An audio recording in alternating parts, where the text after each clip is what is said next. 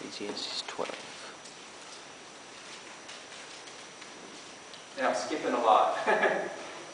You have to read all the chapters prior to really get it, but to get the full of what he's saying, I kind of gave you a few things, you know. But think about it. Here's Solomon. Did Solomon have money? Yes. Yeah, he had lots of money, right? Man, rich kingdom. You know, to me, Solomon had probably, what we would all long for, where God would visit you and say, ask, what shall I give you? Imagine that. God saying to you, what do you want? I'd be like, I need a week. Can you give me some time to think on that? But Solomon, you know what Solomon asked for. He asked for understanding, for wisdom, an understanding heart to discern good and bad, to know how to lead God's people. And boy, that, just like my dad says, that tickled God. You ever heard somebody use that expression? That just tickled me. We know that the Lord was pleased with that request. Solomon didn't ask for the usual. You know, you ask your standard person, they usually say, well, I'd ask for money or for peace on earth, or, you know. But he didn't ask for long life. He didn't ask for his enemies. He didn't ask for riches. Those are the things that would be the standard fare of a request like that from someone who could give it all. And God said, because you didn't ask for those things, I'm going to give it all to you. He did. He gave him a prosperous kingdom. He gave him a peace. He gave him wisdom. But guess what? Solomon went against his own wisdom.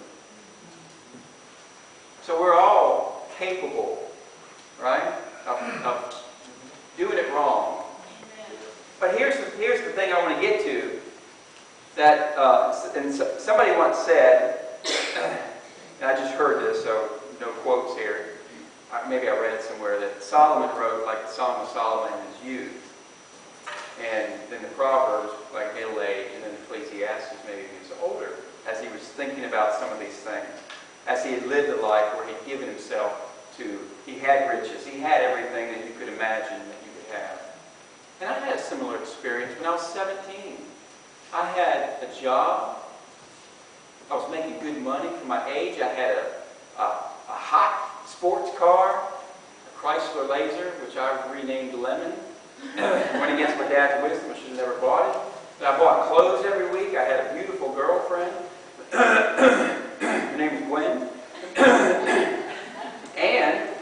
But when I go to bed at night and lay there, I felt empty. I had an Ecclesiastes kind of experience. What good is all this? Well, let's see what he comes to. In chapter 12, he says, verse 13, let us hear the conclusion of the whole matter. Fear God. Look at that. Fear God, keep his commandments, for this is the whole duty of man. For God shall bring every work into judgment with every secret thing, whether it be good or whether it be evil. So here's the wisest man that God gave incredible wisdom to. And his conclusion was, wherever your state is, fear God. Walk in the fear of God. The fear of God is an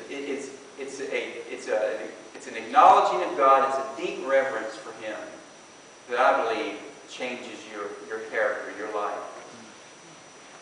And then he mentions God will bring every work into judgment, every secret thing. You know, he speaks of the judgment there. You know, the fear of God keeps me. Does it keep you?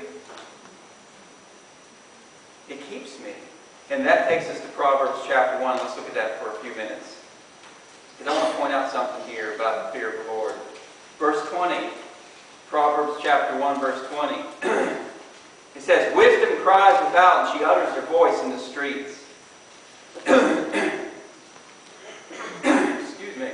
She cries in the chief places of concourse, in the openings of the gates of the city. She utters her words, saying, how long, you simple ones, will you love simplicity? And scorners delight in their scorning, and fools hate knowledge. turn you in my reproof. Behold, I'll pour out my Spirit unto you, and I'll make known my words to you. Here's wisdom making her declaration. Imagine wisdom saying, hey, all of you, come to me. I'm going to give you good wisdom for life. I'm going to give you knowledge and understanding. If you heed me, with all you're getting, later says in Proverbs, with all you're getting, get understanding, get knowledge, get wisdom. Don't go down the road that leads to destruction. You know, with my children, I'm honest with them. I tell them, if you don't choose to follow God, you're going to follow the way of destruction.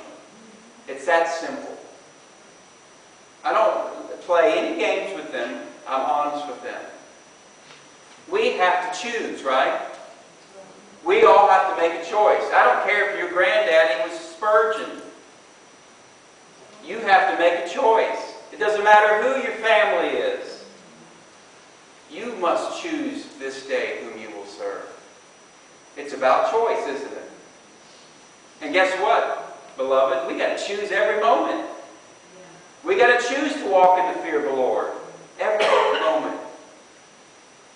And let that deep reverence for God, let that honor for Him keep you and direct you.